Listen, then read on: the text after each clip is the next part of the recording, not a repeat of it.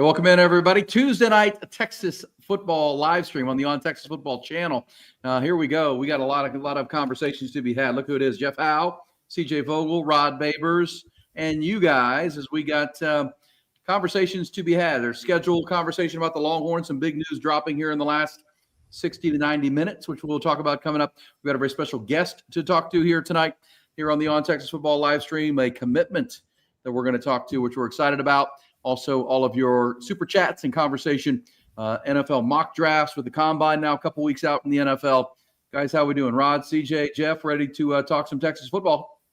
Ready to go, man. I know this is a mock draft season now that we're done officially with the NFL season, football season up. So a lot of discussion about Longhorns and where they're going to go in the draft. You got the combine that's coming up. So I'm excited for all those guys who are getting ready to achieve their dreams. It's going to be a fun process to follow. Yeah, Rod, what does right now look like, for these guys? I know, are they just out working on their own, or are they training? It's training. Yeah, you and it's crazy because I was just talking to Michael Taff about this, and he was like thinking about weighing his options, whether he's going to go to league or not, and talking about how you already start setting up where you're going to go, where you're going to live, and where you're going to train for the combine.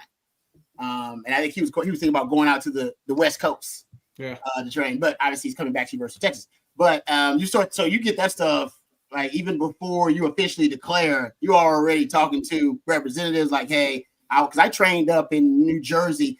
Phil Simms actually had ownership in a combine facility up there way before it became popular. I don't know if he still owns half or not, but he must have made a lot of money out of it because people weren't training for the combine like they have been like the last couple of decades, guys. It wasn't when I first came out. I want to say they had just started like this kind of industry of just specifically training guys just for the combine and just for combine workouts and stuff like that. And so I trained up there in Jersey. So they got Houston's got a bunch of really good facilities. My man, Jeremy Hills, he'd be mad if I didn't mention him, right? Jay Hills does a great job with folks as well as, getting those guys ready. So you can go anywhere. I mean, it all depends on where your agent, where your agent representative have the most connections, or if you've got connections at your school, say like Jay Hills, you might just want to go through, what's kind of close to home and some of the guys who went before you, where they trained at. But right now, CJ, is all about training for the combine, man. It's really, there's no focus on football at all. You probably forget about football.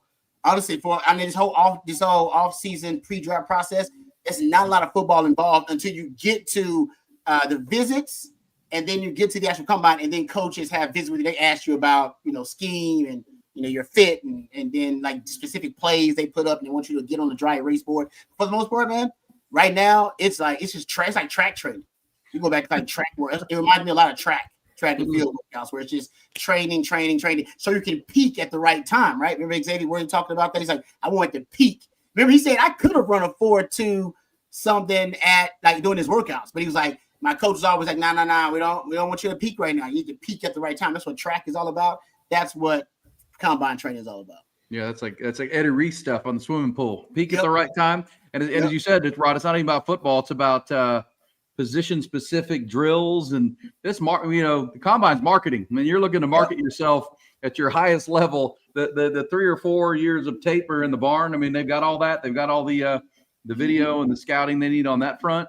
They want to see they want to see you up close and personal. Yeah, and you get I get preparation for interviews too. So in addition to working out and for the 40 and for the 5-10-5 and all the drills, then we go and that a communications person would work with you about sitting down with NFL scouts and coaches and then answering questions. Some of them are football related, some of them are about your football character, and some about your background. If you have questionable issues in your background, they prepare you to address those. Like, all right, listen, you got arrested for this DWI or whatever. You're going to have to explain that. They're going to want to know what happened. All right. Don't make jokes about it. Don't do this about it. Tell them, take responsibility for it, accountability, all that stuff. So it's the most important job interview you're going to ever have. Right.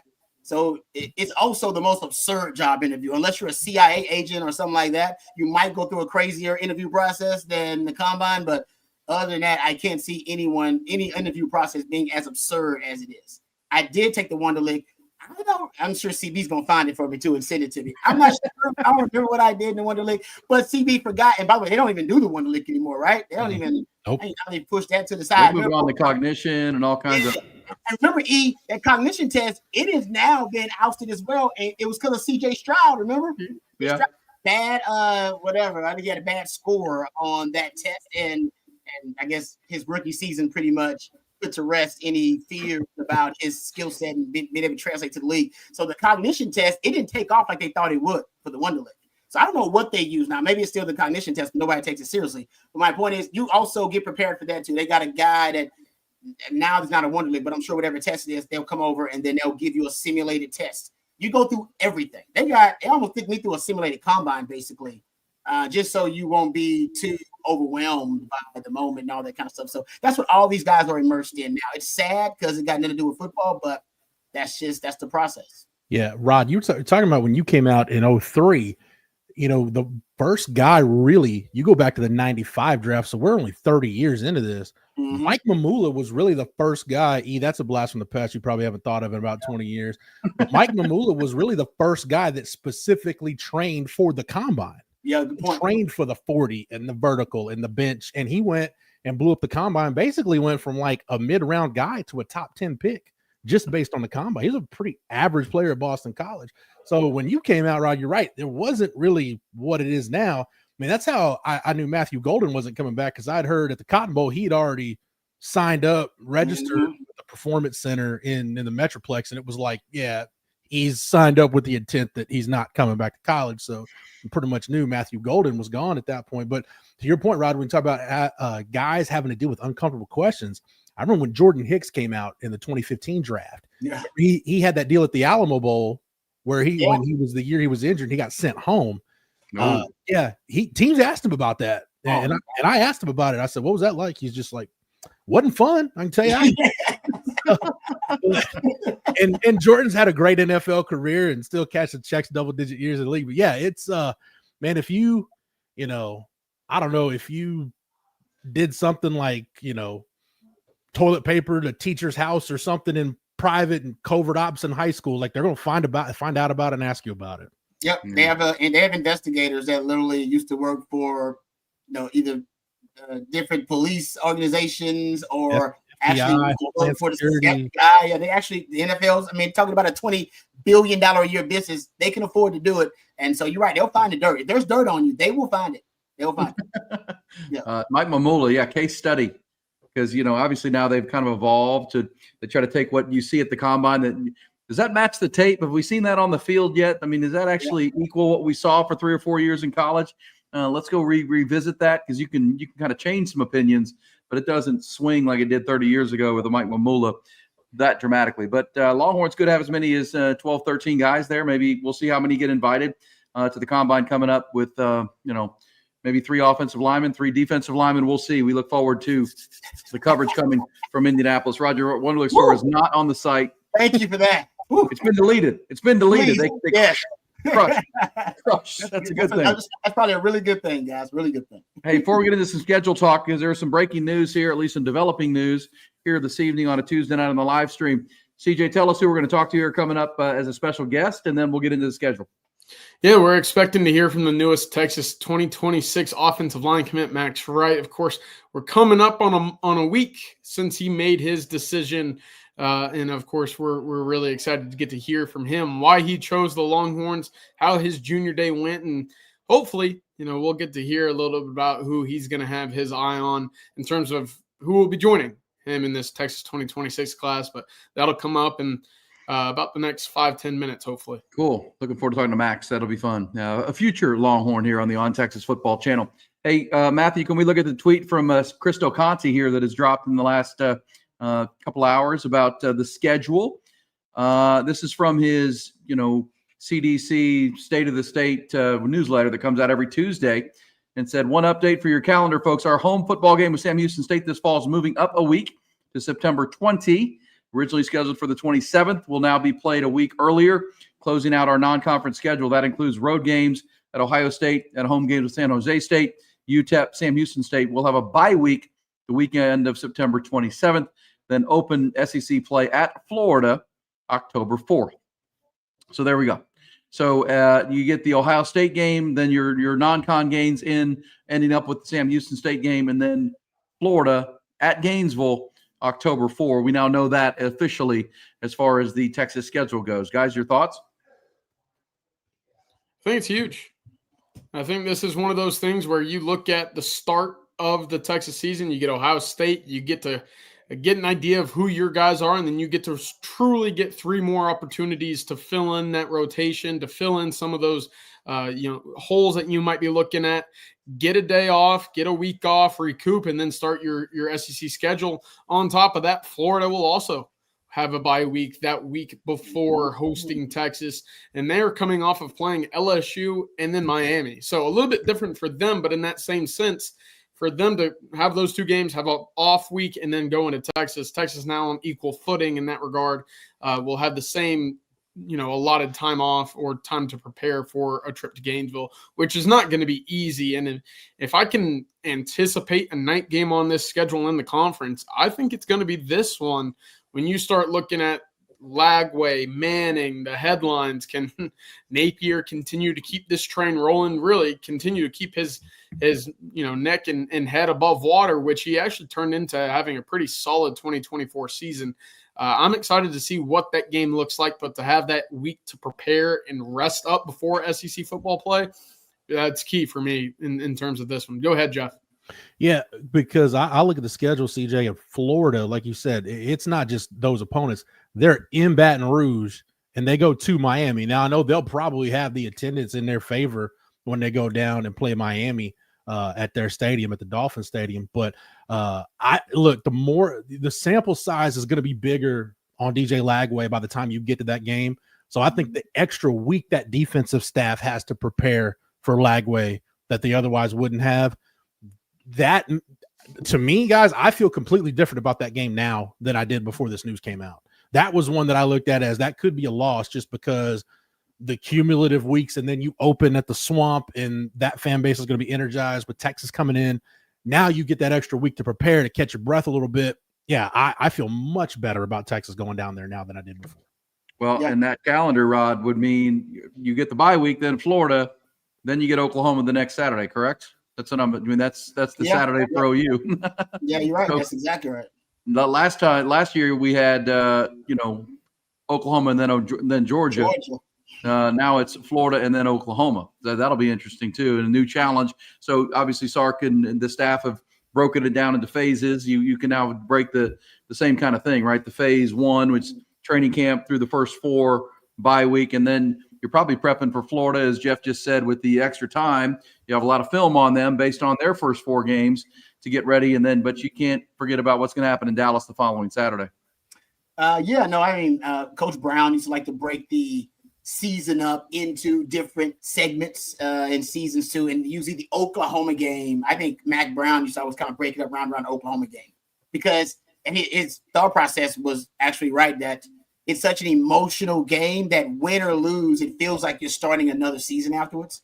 Because if you lose, you got to reset. Because it was always like basically you might be out of the national championship discussion. You got to reset your priorities and your goals as a team. If you win, it was probably a hard fought win. You got to emotionally reset and everything. So I like the way Sark breaks it up too, with the non-con and the preseason. With once we get into conference play, that's a whole nother season. And then now postseason is a whole nother season too. And I wonder, and he said he breaks up into thirds, right? Thirds. When does he start the second bye week, right? There's second bye week. Second bye week. Okay, second bye week is when he does it. Okay, so there you go.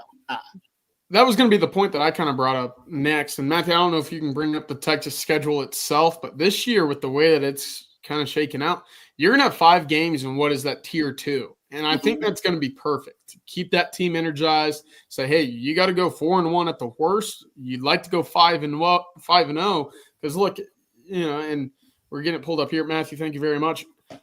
Florida, Oklahoma, Kentucky, Mississippi, Vanderbilt. Now it's 5 straight weeks in which you're playing an SEC opponent.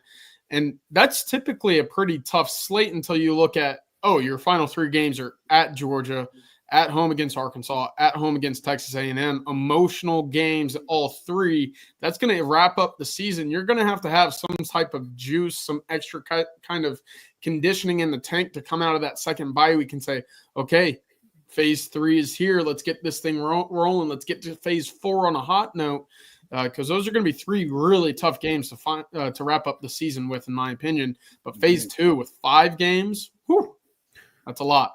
I don't care what year you're talking about. You go undefeated on the road in the SEC, that's an accomplishment, and Texas did that last year. You go undefeated in the SEC against this schedule, brother, you earned your way to Atlanta, because you go to the Swamp, you're in Athens, even places like Starkville. I mean, you don't think of Starkville as being an intimidating place, but they don't need a reason to get rowdy down there with the cowbells. Going to Kentucky, also mixed in there, those back-to-back road trips right there. So yeah, this schedule's got its challenges, but I love having the break for Texas before the Florida game, and then you got those 5 in a row. Then you get to catch your breath again, and then those last 3 at Georgia, and then back-to-back at home for Arkansas and A&M, like it should be. That's what a Texas football schedule should look like all the time. And there's a generation of Longhorn fans that were deprived of it, but you got Arkansas and A&M, and those games should matter. And I feel better about life looking at that schedule, fellas. Yeah, no. I think that's a fair point. I mean, you're looking at, obviously the game with Ohio State will be one of the more hyped games we can remember in a long, long time to start a season, with Arch Manning's first start, the Buckeyes off a national championship, and all that'll come with that. And then the next 3 should be, whatever happens in Columbus, figure yourself out, take a bye, and get ready for what a stretch that is. Florida, Oklahoma, at Kentucky against Mark Stoops' team. As you guys mentioned, a 5-game stretch through October, another bye week, and then a kick to the finish that will be just, the emotion, the fun of at Athens, back home for Arkansas and A&M. And then, golly, man, you said it. You're a happy person watching that. You can break that into month chunks of incredible football, looking good. And so if you've got season tickets, just know that 27th game has moved to the 20th. The Longhorns will play 4 in a row to start the year, then a bye week ahead of Florida at Gainesville, and then Dallas. So safe to say the travel plans are in the works for our Longhorn audience out there. Are we going to Gainesville and then come back to Dallas? Are we going to, we're going to Columbus to start the year? Are we going to go to Athens in mid-November? How are we pulling all this off? There's going to be some trips planned here in the coming weeks. You'll have to also juggle a trip up to Melissa, Texas, to go see the newest Texas 2026 commit, who we will be adding to our stream right in the next couple of minutes. Matthew, whenever you're ready, we'll make the switch there. We're excited to hear from Max Wright, who just made his commitment to the University of Texas about a week ago. Max, I gotta say, welcome to the show. First off, congratulations. But I'll ask you this right away. You've been committed for about 6-7 days already. How crazy has it been? Your phone been blown up with congratulations. What were some of those initial days like since you committed and made the news public? Yeah, it's been pretty crazy. Just switching from being in the recruiting process to being committed. I think, one of the reasons why I committed was to be over with all the contact I was getting. So it's definitely died down a little bit, but there was a lot of congratulations and just celebration.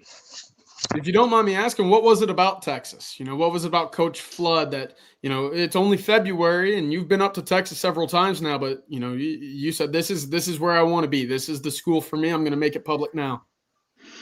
Yeah, well, Texas they were the first ones to always recruit me since the very beginning. So I kind of felt like, to a small extent, that I owed that to them, because they're the ones that recognized me from the beginning, and I always wanted to stay in state, I think. So, Texas is a great option to be in state for, and I was kind of doing some of my own research just about different off-the-line coaches that are active in college football, and Coach Flood has sent the most draft picks, not only in the first round, but throughout the entire draft, out of any other off-the-line coaches in the country right now. So it's a place to go. Yeah, also, hey, Trevor. Max. Yep. Hey, Max, sorry to interrupt you there. Go ahead and finish your thought. I apologize. No, also Trevor Gooseby went to my high school. He goes there, so it's a what's the word I'm trying to look for? It's evidence that Coach Flood's good at this job, because there's a guy that I'm friends with that has turned into one of the best players that I personally think in the SEC right now. Man, that's crazy, Max, because I just talked to Trevor today. I got a chance to chat with Trevor today. What are they putting in the water out there in Melissa, man? Both you guys about 6'7", 280 something coming out. Are there some other O linemen we need to be looking at out there in Melissa, man? You guys got a little pipeline working. Yeah, I mean, we just had Owen this past year. He was a senior. He went to OU, and we got some freshmen coming up that I'm kind of excited about. I think he's going to be good. That's legit. Okay, I want to ask you one more thing, because I was talking to Trevor about Kyle Flood. And this is what he told me about Coach Flood that he liked, and I want to see if you can relate to it. And then tell me what what stands out to you and what makes Coach Flood such a special coach. I asked him. I was like, so tell me about Kyle Flood and what drew you to him. He said Kyle Flood makes basically teaching offensive line. He translates it in such a way where he makes it easy to understand. And Trevor said it makes it easy to play the position on the O-line, the way that Kyle Flood breaks it down in such rudimentary, simple ways. Is that something else you can relate to in meeting Kyle Flood and his teaching style and coaching style? Definitely. I think I've sat in on 2 of their meetings for offensive line, just watching the film, and I was talking to the guys, and he said the ways that he was sitting down and showing me film was the same ways that he was sitting down and showing the guys no line room film. So the way he's breaking down was really simple. It was just like, I mean, yeah, that's kind of hits it on the head. It was just very simple, straightforward, and it was very easy to understand. And I definitely, just from like the 5 minutes I was sitting with him, I definitely learned something. Max, you got recruiting out of the way now. You're done. Now you can just focus on your senior year and working out over the off season. What are you working on when you go back and you break down your junior season and you've got that list of things you want to get better at, and you got weight room goals? What are you really focused on right now and for the next couple months? Definitely cleaning up my pass pro. I think I did a lot of short sets during the season, and I also wasn't that very good at sitting on bull rushes. So I'm working on that. I'm working on implementing different kinds of pass sets into the game, and overall, just I mean, I'm a tall guy, so I'm trying to get as low as I can during the game. Yeah, that's what I was going to ask you about. As we watch your highlights, I don't think people realize, Max, how tough it is for somebody your size to really sink your hips and get on guys. Is that something that you and your O-line coach at Melissa, is that something you're always working on? And what do you do to work on that? So I noticed with offensive linemen that's a big struggle. So I wanted to be marketable in a way that was different than everybody else. So a big thing that I work on is my hip mobility, staying low, staying flexible. Just a lot of just harshing on that every day. Mm-hmm. You mentioned Owen Hollenbeck earlier, who's up at Oklahoma. Nigel Smith, also a former Melissa defensive lineman, up at Oklahoma.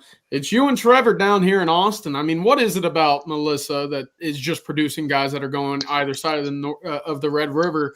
And also, who's Coach Nally, rooting for whenever this game comes around next October? I don't know about Coach Nally, but I think at Melissa, it's just, I don't know, because I transferred there from my old school. And I think it was a huge jump from my old school to Melissa, just the culture, how everybody carries themselves. It's a level of respect. It's like, hey, Max, what do you weigh right now? I'm 285. 285. Have they told you what they want your ideal playing weight to be at 6'7", something like that? No, not going into college. Because Trevor told me he's 315 now, came in at 270. Yep. So he put on almost 50 pounds. You ready for that? Yeah. I was 310 a year ago, and then I lost weight. I cut off some fat. Whoa. Wow. What did you do to lose that much weight, and how fast did you lose that much weight? So I was 310 in April of last year, and I dropped to 285 by August. So it was just a lot of protein, a lot of working out, just making sure my diet and my sleep are all in check. Man, wow. I could have told you, Max, to just follow me around, do the exact opposite of what I do if you're looking to lose weight, not drinking Dr. Pepper Zero like in this mug I got here. But as you develop as a football player, Max, as you hone your craft, you're looking at your senior year. What are some of the things you want to get accomplished as senior. I know at Melissa, the expectations get bigger and bigger. You want to win a state championship. That's a state championship program. They've done it before. But for you individually, what are some of the things you want to get done as a senior?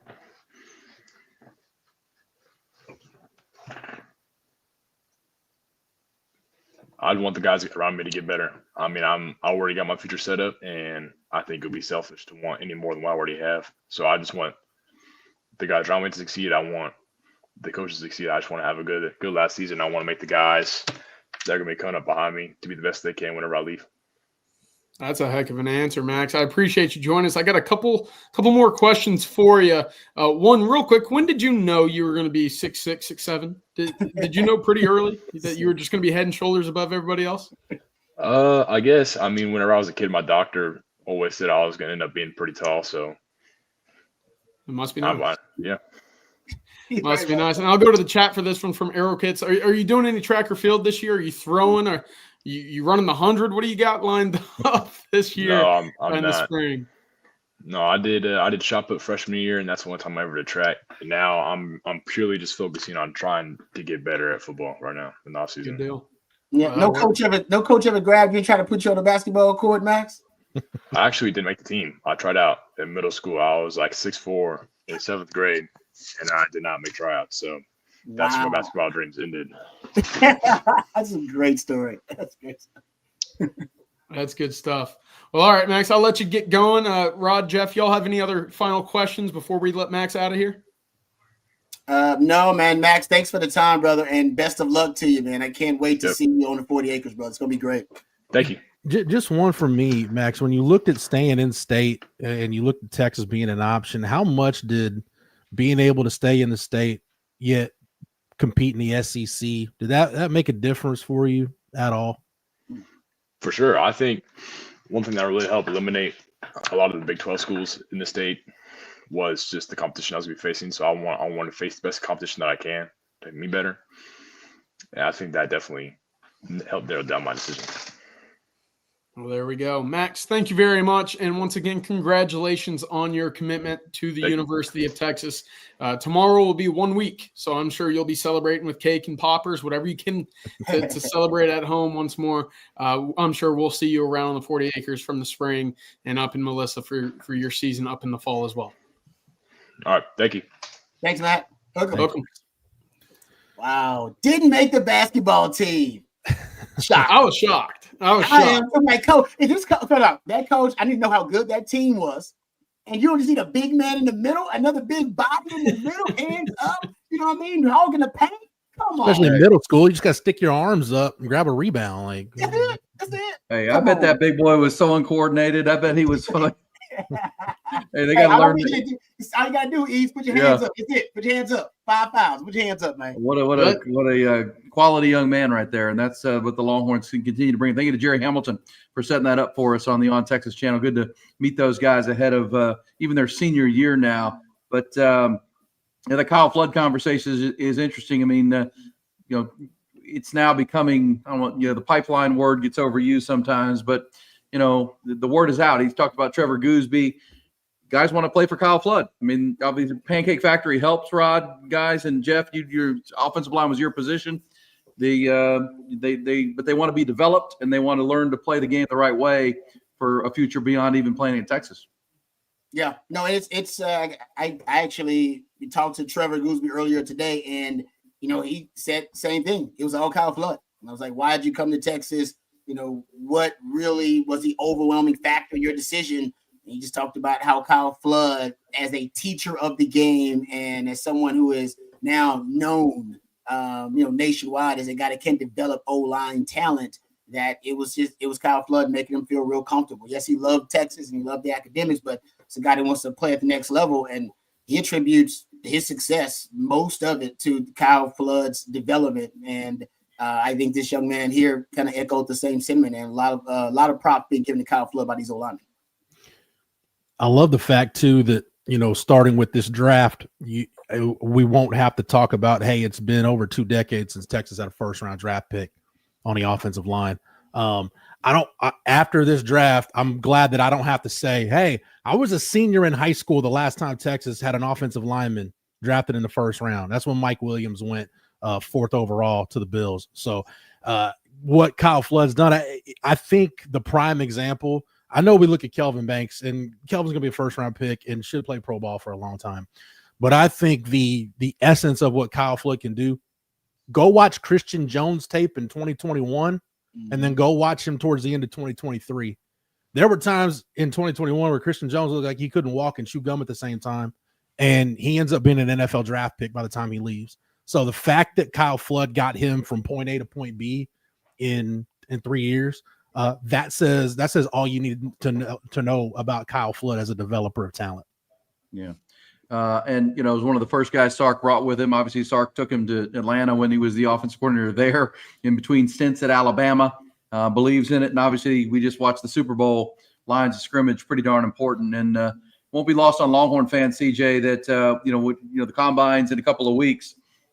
The Longhorns could have 3 offensive linemen there and 3 defensive linemen there. If you consider Cam Williams, Kelvin Banks, Jake Majors, 57 starts at Texas, probably gets an invite. Vernon Broughton, Alfred Collins, Barron Sorrell. I mean, that's Longhorn fans listening and watching on the chat tonight are like, oh my God, 6 different guys on one class in the trenches. That's pretty good. And as Jeff just said, I don't think that's going to slow down here anytime soon. No, certainly not, especially when you start looking at how Texas is set to replenish, right? They've had to go out to the portal on the defensive line this year. But when you start looking at the youngsters on that defensive line, including Alex January and Melvin Hills, the next 2 years are going to be pretty talented. Josiah Shire, Myron Charles, of course, Justice Terry, who we've already heard great things about behind the scenes. And the offensive line needs no introduction either, right? The Pancake Factory, and for all of its worth, I mean, the levels of depth that you now have on campus is second to none. And maybe as stacked as we've ever seen here at Texas. Maybe this year was the peak. We'll see how it looks in 2025. But I'm certainly excited for this 2026 class to add to that offensive line depth, because I think Texas will go 5 or 6 deep on the offensive line. And if you got a guy like Max Wright who joins the fold in February, while still maintaining some really talented prospects out there available for you, you're going to have a really impressive haul, and Texas is set up to do just that in the class of 2026. Also with the O-line, because the development, as we're seeing now, they are being able to put these guys into a program, strength and conditioning program, into nutrition programs, into a program with a dietitian, get their bodies right. Got to give Torrey Becton some credit and give the strength and conditioning staff and basically all the, like I said, dietitian, nutritionists. They have an entire team now. And everybody has their own individual, diets and their own individual nutrition plan. I mean, it's so far more advanced than when I was on the 40 acres, that now these guys can transform their bodies so quickly. I was just talking about how Trevor Gooseby put on damn near 50 pounds since he got on the 40 acres, and go look at him now, and he's still slim. It looks like he can put on about 15 pounds, and it can do it, seamlessly. And they're going to do the same thing with this young man, Max Wright, who he said he went from 315 to 280. Yeah. 310 to 285. Yeah, I think CJ wasn't he like 287 at the junior day, I think. That's crazy. Right around there. But I see why they're getting those body types, though, guys, because they want these slender, long offensive linemen playing tackle. And if you get them, and they have this, now all of them are going to be like this, but the ones who are 6'6", damn near 6'7", you can pack on a lot of weight on those guys. And if they got good feet, and that's what you're looking for, they really won't lose too much of a step. Having that kind of frame. Well, and Rod, I was listening, thinking, I'm assuming there was some Trevor Gooseby talk in there. Hey, 315, probably too heavy for you right now. Slim down, stay athletic. When you get to Texas, they'll get that back foot on you, and it'll be a better kind of weight, right? It'll be that stronger weight. Because he was talking about the hip flex. Jeff, you talk about getting low, staying lower.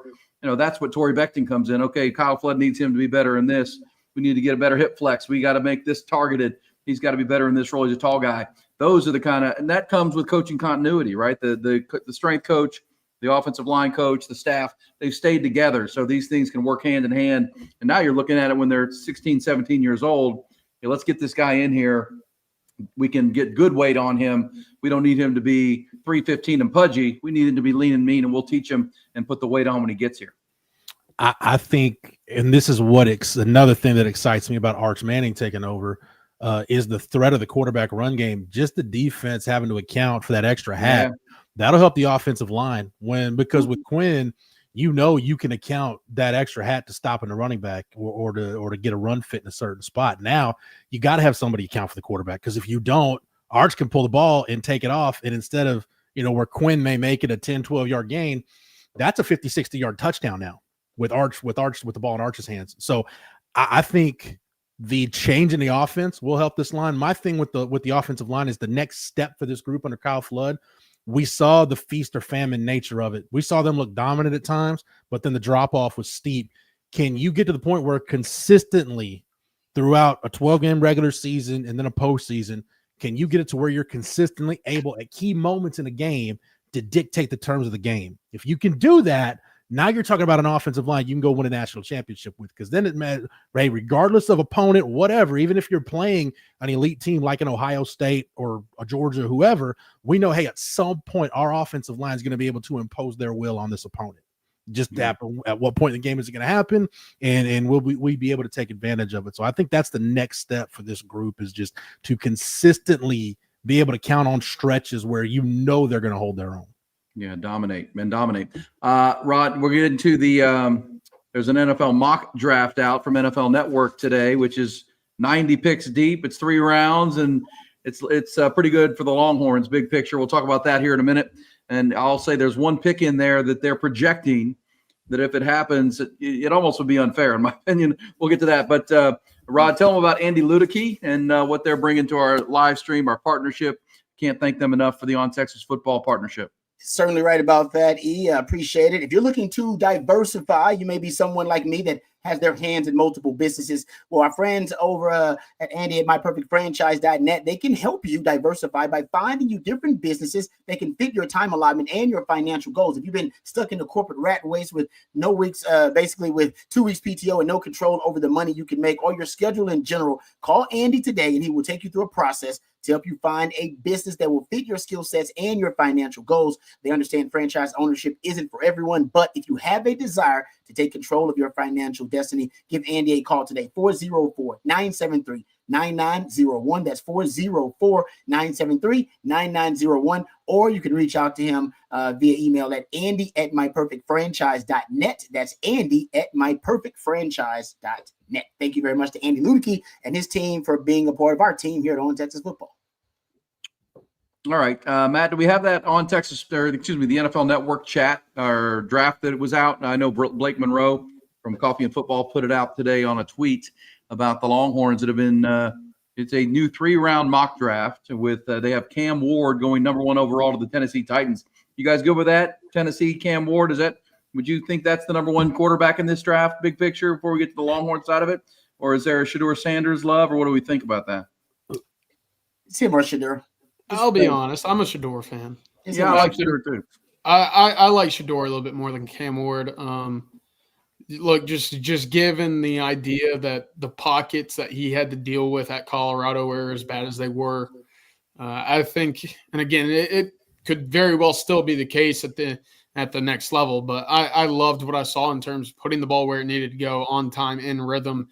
That's something that I think translates to the next level, and I'm a fan of what he did at Colorado, maybe just a little bit more than Cam Ward. I think there was some laziness to Cam Ward's game, some errant throws that cost him at times, and we'll see, of course, how the next couple of months lay out. But I'm a huge fan of Shedeur Sanders. Look, I'm of the opinion. This is my opinion. If I've got the first pick in this draft, I'm taking Travis Hunter, and I'm not thinking twice about it. Neither one of these quarterbacks to me is at the point that I can just bypass taking the guy who I think is just the most talented guy. If I'm gonna bet, hey, who's gonna play double-digit years in the league and be a future All-Pro, I'm going to Vegas and pushing all my chips to the middle of the table on Travis Hunter over Abdul Carter. Yeah. Yeah, because Travis Hunter's got more margin for error, right? He doesn't work out at one position, you can move him to another position.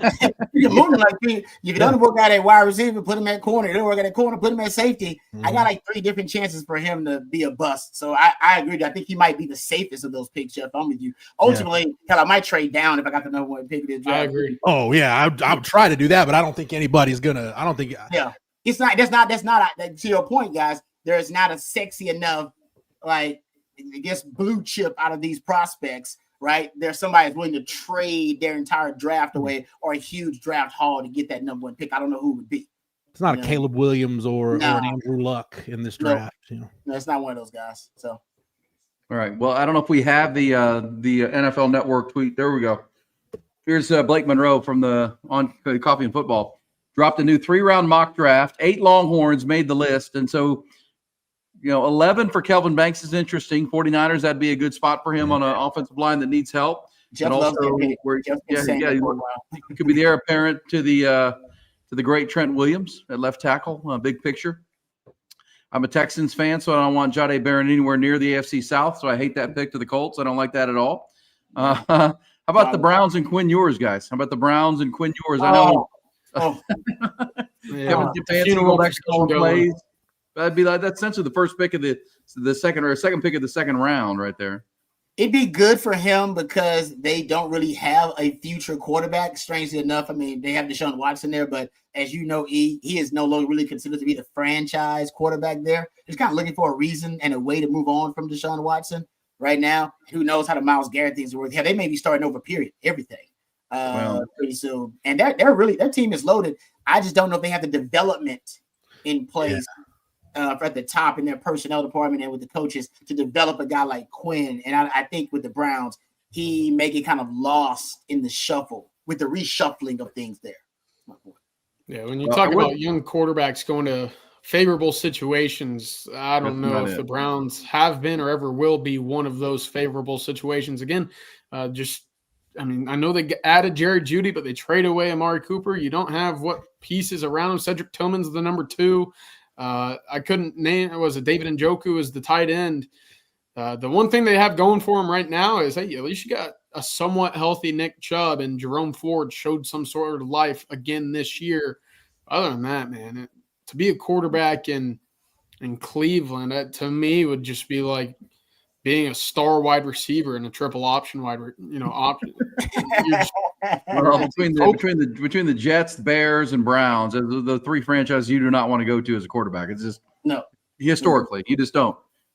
Kevin Stefanski's been a coach of the year a couple times, but I think for the bigger picture conversation, Jeff, I mean, this is kind of the idea from NFL Network of where they're projected within. Could be different teams, different scenarios, but to have this many players, and the one that just jumps out, I mean, Alfred Collins to the Dolphins, which would be great for him, going to Miami and Vegas with Matthew Golden, who's really a guy that everybody likes a lot. But Jaden Blue, 63 to the Chiefs, that's the back of the second round, guys. That's crazy. That's inside the second round. Jaden Blue joining Xavier Worthy. Does that pique your eyebrows that he would be considered by the NFL Network that high as far as the elite trait of speed and they can catch the ball in the backfield, kind of one of those gadget players?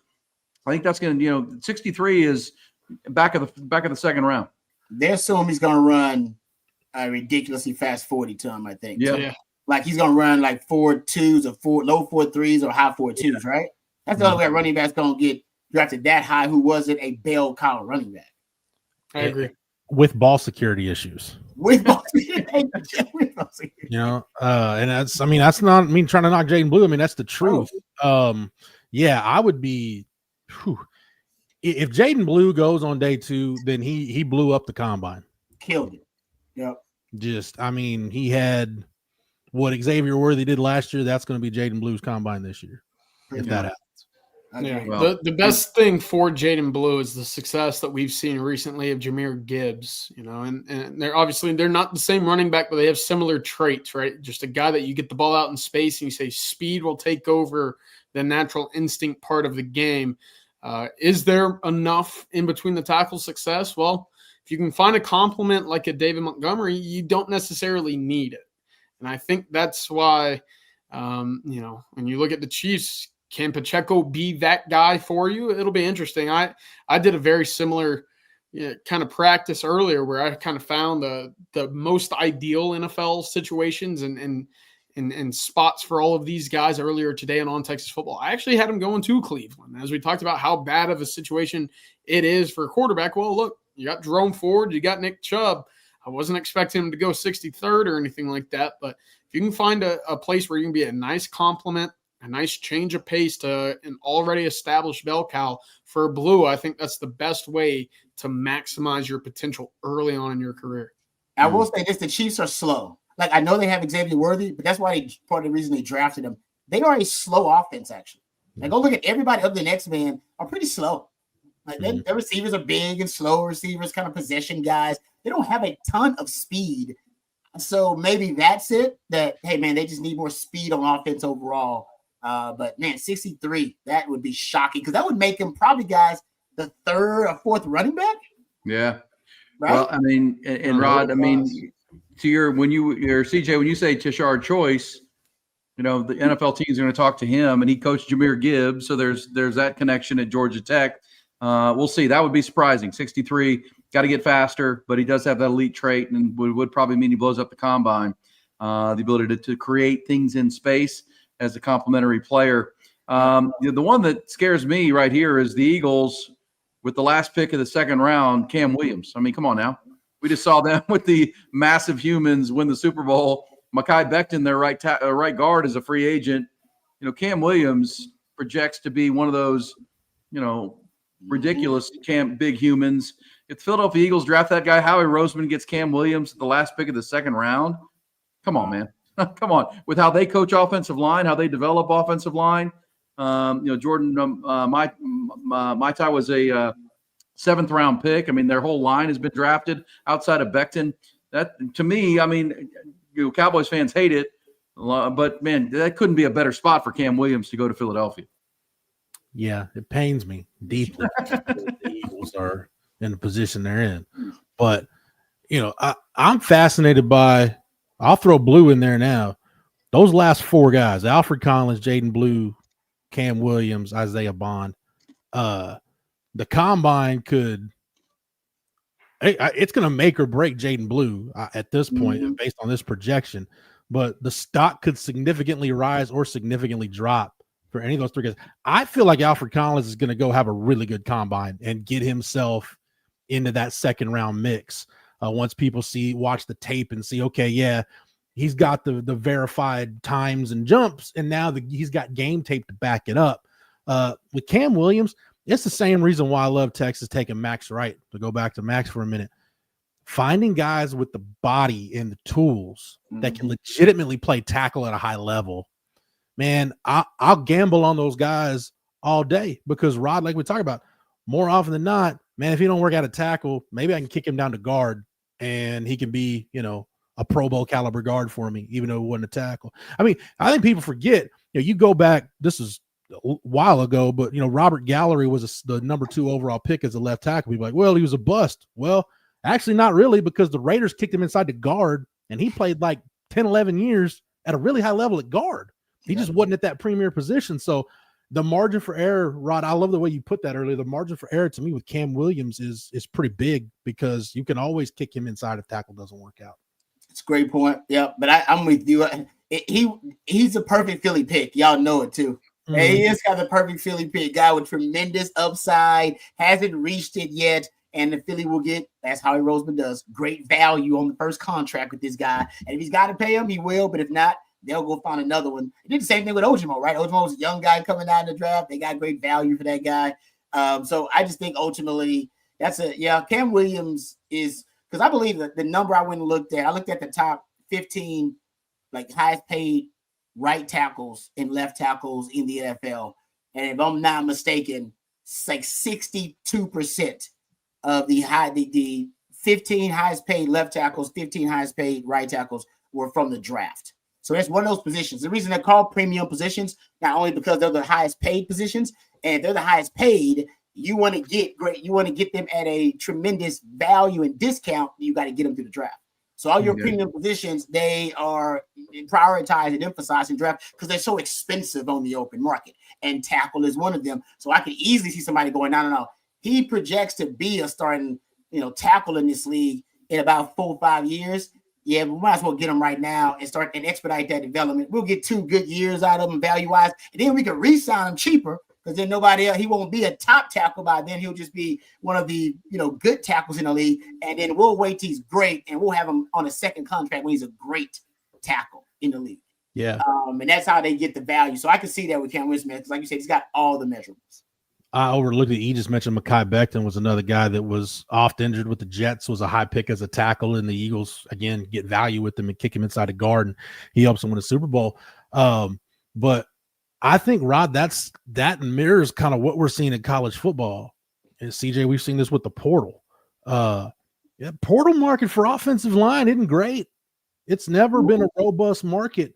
And I said this years ago, when Texas was getting guys like, when they took Connor Williams from a high school tight end and he ends up being a 2nd-round pick, and Sam Cosmi, who was a very lean 265, 70-pound offensive tackle. And now he's one of the highest paid guards in the league. To get premier offensive linemen, you've either got to go the Kelvin Banks route or you got to go the Sam Cosmi route. You either got to recruit those 5-star guys that are walk-in, no doubt starters that are 3-and-done types, or you got to be really good and hit your evals spot on and develop those guys. And now, cross your fingers, hope they don't jump in the portal that 2-3 years from now, once they've got some time to marinate a little bit, now they're ready to step in and be big-time players for you. So I think that's what we're seeing based on what you're saying, Rob. That's what we're seeing in the NFL. You don't really see the free agent market for offensive linemen just being the free agent market's not overwhelmed with quality offensive linemen. No, it's crazy. And to that point, I'll give you a stat real quick about the Super Bowl. Mind-blowing stat. So Patrick Mahomes played in 5 Super Bowls, right? He's had a different starting left tackle in every one of them. Wow, yeah. I did not know that. A different starting left tackle in every Super Bowl he's played in, guys.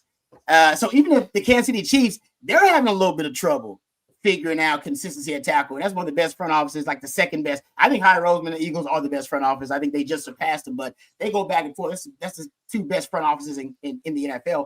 And even, the Kansas City Chiefs have struggled with tackle, and they got the best quarterback in the league, and all reason to try to build a fortress, right, of solitude around this guy to protect him. And they haven't figured it out either. Yeah.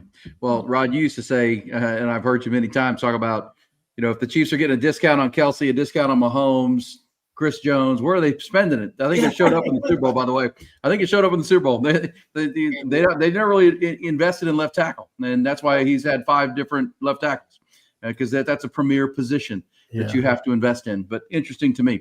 Real quick on that tweet from Blake Monroe one more time, Matt, because I want to ask CJ this, because when I look at Isaiah Bond, interesting. Props to Jede Barron coming back. If he's a top 15 pick, that's awesome for him. He would have been a 3rd, 4th round pick last year. That is great investment. But Isaiah Bond, no one would have picked at the start of the year that Matthew Golden would go ahead of Isaiah Bond, but that's flipped based on senior year and tape. And, what's not on this list, that's the first 69 picks. So that's early on, 3rd round, essentially, that 8 Longhorns would be off the board. That doesn't include Gunnar Helm, Aaron Sorrell, guys like Andrew Makuba. There'll be plenty of Longhorns coming off the board after the 69th pick, too.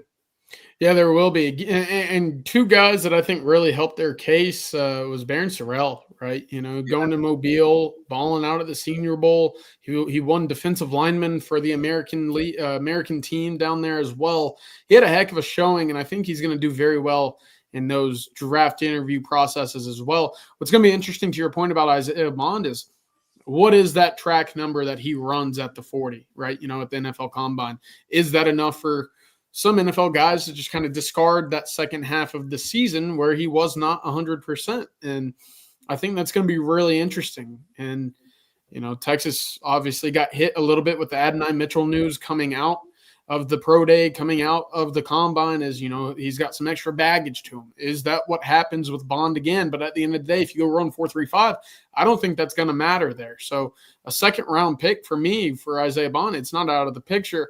I actually, a landing spot I really like, and someone correct me if I'm wrong, but I think the Giants have the Seattle Seahawks' 2nd round pick this year. Mm-hmm. Him ending up in New York as a Giant makes a ton of sense to me. You got Malik Neighbors. He had a 1,200-yard season as a rookie. You don't have much other help. You've tried to do the Wandale Robinson experiment. Tried to do all these short, quick, intermediate, short route guys. Go get you a blazer on the outside that can open up the downfield for a guy like Malik Neighbors to work that intermediate, the rest of the field. I think that's a perfect matchup there, but it'll be interesting to see the Giants, just as we've talked about with the Eagles and the Chiefs drafting well, the Giants, it's almost the opposite there. So we'll see, but it does seem like at least to get a nice complement of Malik Neighbors and Isaiah Bond there, it makes sense in my brain a little bit. Real quickie, I think when we look at this list, these 8 guys, to me, this drives home further the point of what Sark and these guys are doing right now.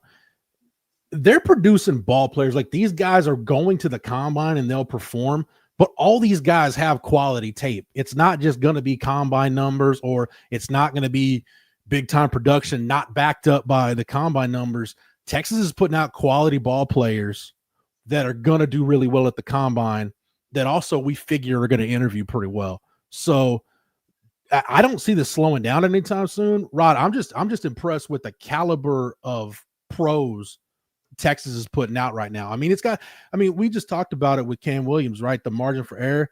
Jaden Blue, he could be a kickoff return guy. Maybe he could be a slot guy, running back. Matthew Golden, he could play slot. He could play outside. He could be a kick return guy. Jahdae Barron, multiple positions in the secondary. Alfred Collins, multiple shades up front. I mean, you got guys that are going to fill a quality roster spot for somebody just because of the versatility, the football IQ, everything that Sark has valued and built this program on. You're seeing it with this draft class, and I think you'll see day 2 is going to be a really big day for Texas in this draft. It's going to be fun.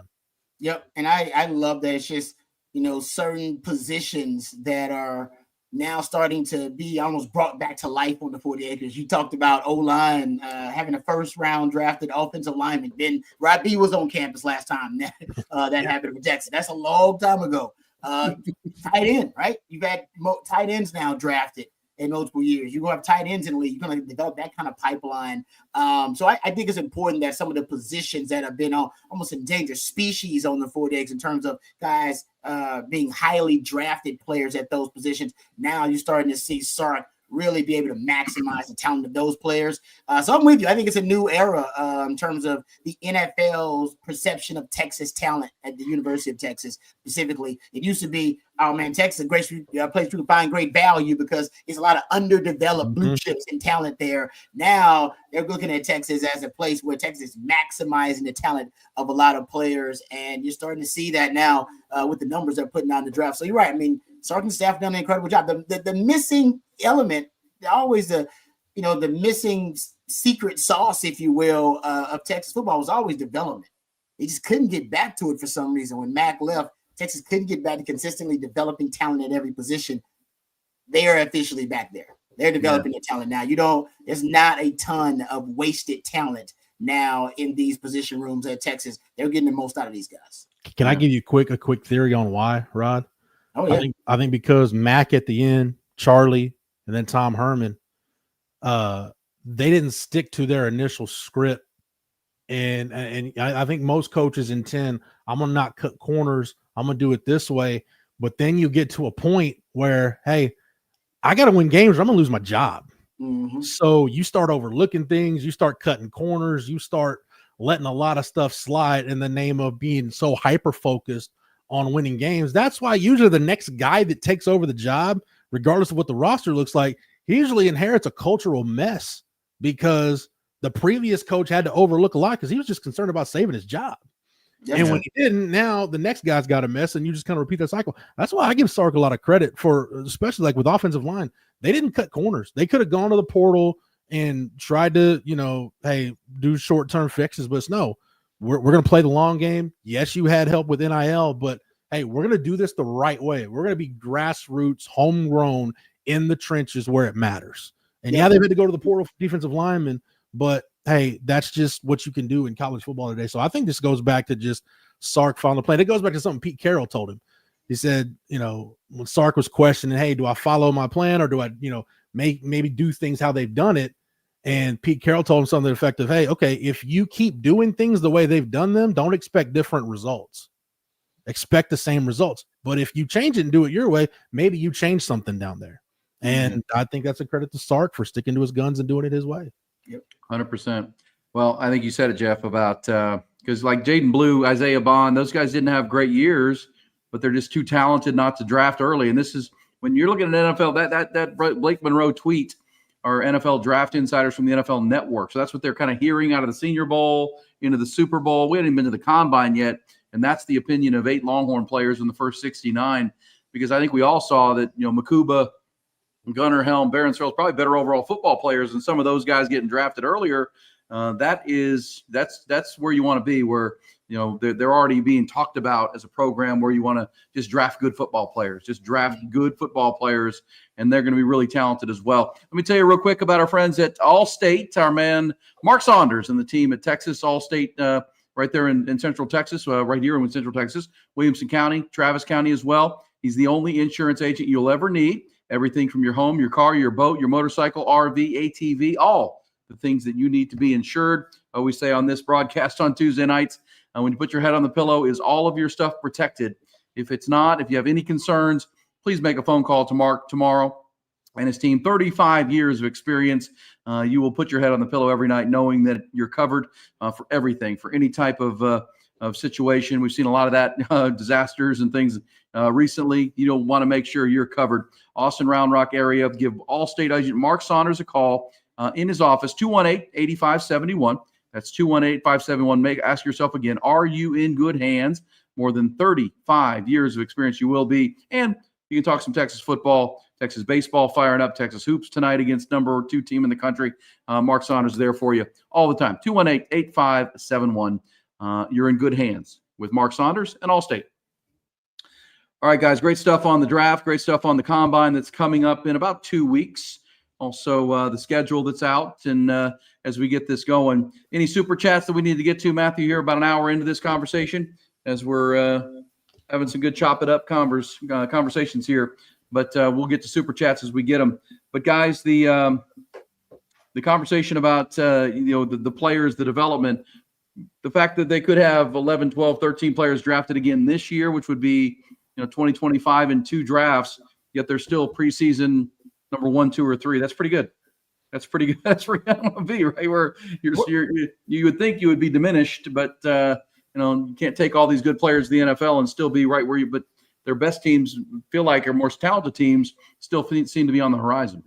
Yeah, no doubt. I mean, I keep going back to that stat. I think it's Jim, and you posted a story about this, CJ, that Jim Nagy put out the tweet, who's the Senior Bowl executive. The last 5 national champions have also had the most players drafted, right? Yeah. That year in the draft. And that is not a coincidence, right? That just shows you the arms race that's happening right now in college football, the transfer portal, and with NIL.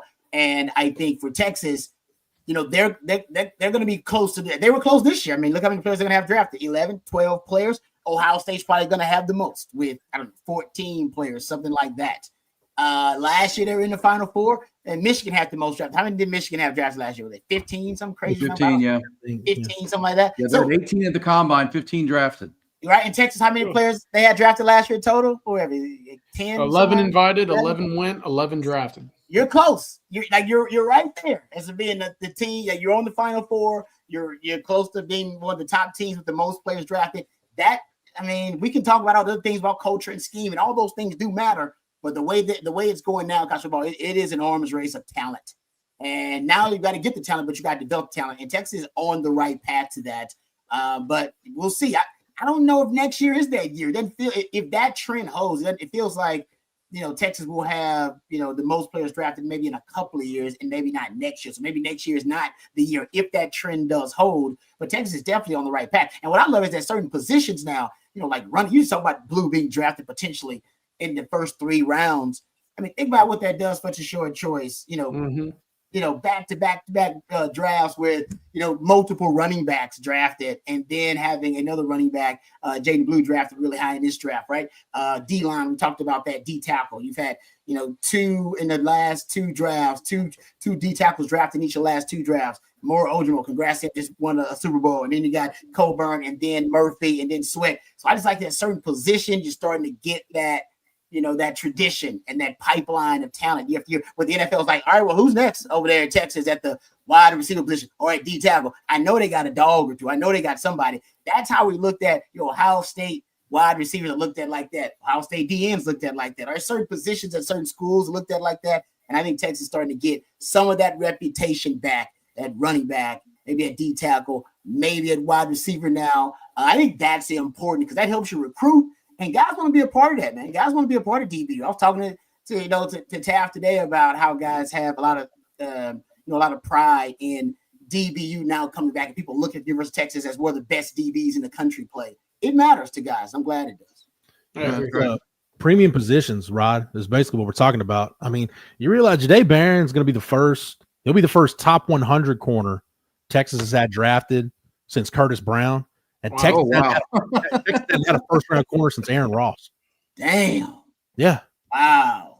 That's crazy. And corner's a premium position. We talk about Kelvin Banks, left tackle, premium position. Quinn Ewers at the quarterback, the most important position on the field. So I agree with you 100%, Rod. And that's something I asked Sark about a couple of years ago, and he didn't deflect the question, but he was just at the time saying, hey, we're just trying to get guys NFL ready, not necessarily worried about the premium position. But now you're talking about, okay, you've been to the Final Four 2 years in a row, you've been one of the last four standing. Now you're talking about, hey, is that special quarterback or that special shutdown corner or that game-changing receiver, what's that one piece? Rod, I think you alluded to this a week or so ago.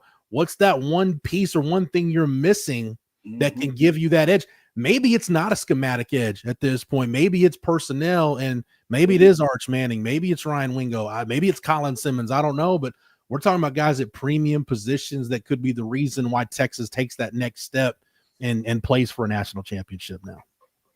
All right, CJ, anything? If you don't have it, no big deal on the new safeties coach and what's coming for spring football. I mean, I know that's the next kind of phase, and when we're talking about combines, which is 2 weeks out, those are the next questions I think our audience has about what does spring look like? What about a new safeties coach? And who knows? It was very quiet over at the 40 Acres the last couple weeks. Yeah, Sarkisian does a tremendous job of making sure what he wants to stay in-house stays in-house when it comes to coaching searches. One thing I have been able to gather that it's not completely out of the picture for Terry Joseph to make the move to a safety position or defensive back, pass game coordinator position, and you bring in another cornerbacks coach. Not completely out of the picture. Of course, we've talked about previously, his contract does expire at the end of the month. Not yet an extension has been made, so worth keeping an eye on that as well. But right now, that has been something that's been passed along to me. It'll be interesting to see where he goes with that as well. We do have one super chat that I wanted to get to. This one comes from Samantha Zermano. Sleeper NFL Longhorn prospects in the 26 class. Look, there's only 3 committed right now. Diabell, Chris Stewart, and Max Wright, who we had on earlier in the show. But I was up at Georgetown Eastview earlier today to see Tyson Ijakwo. Tough name's going to give me a long time to get there. But look, we talk about lengthy, big linebackers. Tank King's in this conversation. Bo Barnes last cycle. Anthony Hill. How could you not point to him originally? But how about 6'3", 227? Up here at Georgetown, he's going to throw a shot about 49, 50 feet this year. Pretty interesting, intriguing prospect. Currently committed to Texas Tech. We'll have more on him this weekend. I put up a couple nuggets on TexasFootball.com as well. But you don't see that size linebacker outside of a Houston or outside of a Dallas area. He's just 30 minutes up the road up in Georgetown. So we'll see what those Trek numbers look like. Pete Kwiatkowski went out, saw him in January. 4 days later, Johnny Nansen went up to go see him in person. And then they brought him down to campus for the junior day where they offered him a scholarship. So things are moving quickly, it feels like, for the Longhorns. They're, of course, still committed to Texas Tech. He has 2 official visits. June 13th, he'll be back down at Texas for official visit, and then he'll make his official visit to Texas Tech June 20th. But right now, that's a pretty under-the-radar prospect when it comes to this Central Texas area and big-time linebackers. I want that back-to-back number one class, man. Can we do that? Can it go back-to-back? How? I mean, Alabama probably did it all the time. Did Kirby Smart do a back-to-back number one class? Did he do that? Man, I think he did. I think he might have, yeah. Yeah, that's how you get a national title right there. You want them back-to-backs, you close. Mac didn't do back-to-back, but he had a couple like top threes, right? Like that, top three, top fours. But to your point, Rod, Kirby had a run where I don't think he finished worse than third for like 5-6 years in a row. Yeah. That's how you stack them for sure. Hey, Rod, tell them about Andy Ludicky one more time. We'll wrap this thing up on a Tuesday night. All right. Thank you. Appreciate that, Aaron. And let me tell you about our friend Andy Ludicky and his team. He's been a part of our team here at On Texas Football for some time. And we're really happy about that partnership. If you're looking to diversify, you may be someone like me that has their hands in multiple businesses. Well, Andy can help you diversify by finding you different businesses that will fit your time allotment and your financial goals. If you've been stuck in the corporate rat race with 2 weeks PTO and no control over your schedule or the money you make, our friend Andy Ludicky can help you by taking you through a process to help you find a business that will fit your skill sets and your financial goals. We understand franchise ownership isn't for everyone, but if you have a desire to take control of your destiny, just call Andy today, 404-973-9901. That's 404-973-9901. Or you can reach out to him via email at andy@myperfectfranchise.net. That's andy@myperfectfranchise.net. Thank you very much to Andy Ludicky and his team for sponsoring our team here at On Texas Football. No question about it. Thank you, guys. Great team tonight. Jeff, Rod, CJ, always great. Thank you, Matthew. All the super chats and conversations. Thank you to our special guest. That was great. A future Longhorn on the cast tonight. That was awesome. Appreciate him jumping in here. And sounds like a great young man who's excited to be a Longhorn, heading to his senior year for sure. Thanks for all those comments as well. We'll do it again next Tuesday. Obviously, the conversation rolls on tomorrow on Coffee and Football with the crew. And the On Texas Football conversation never stops here on the On Texas Football channel. Thank you, guys. Appreciate it. Have a great night. Welcome.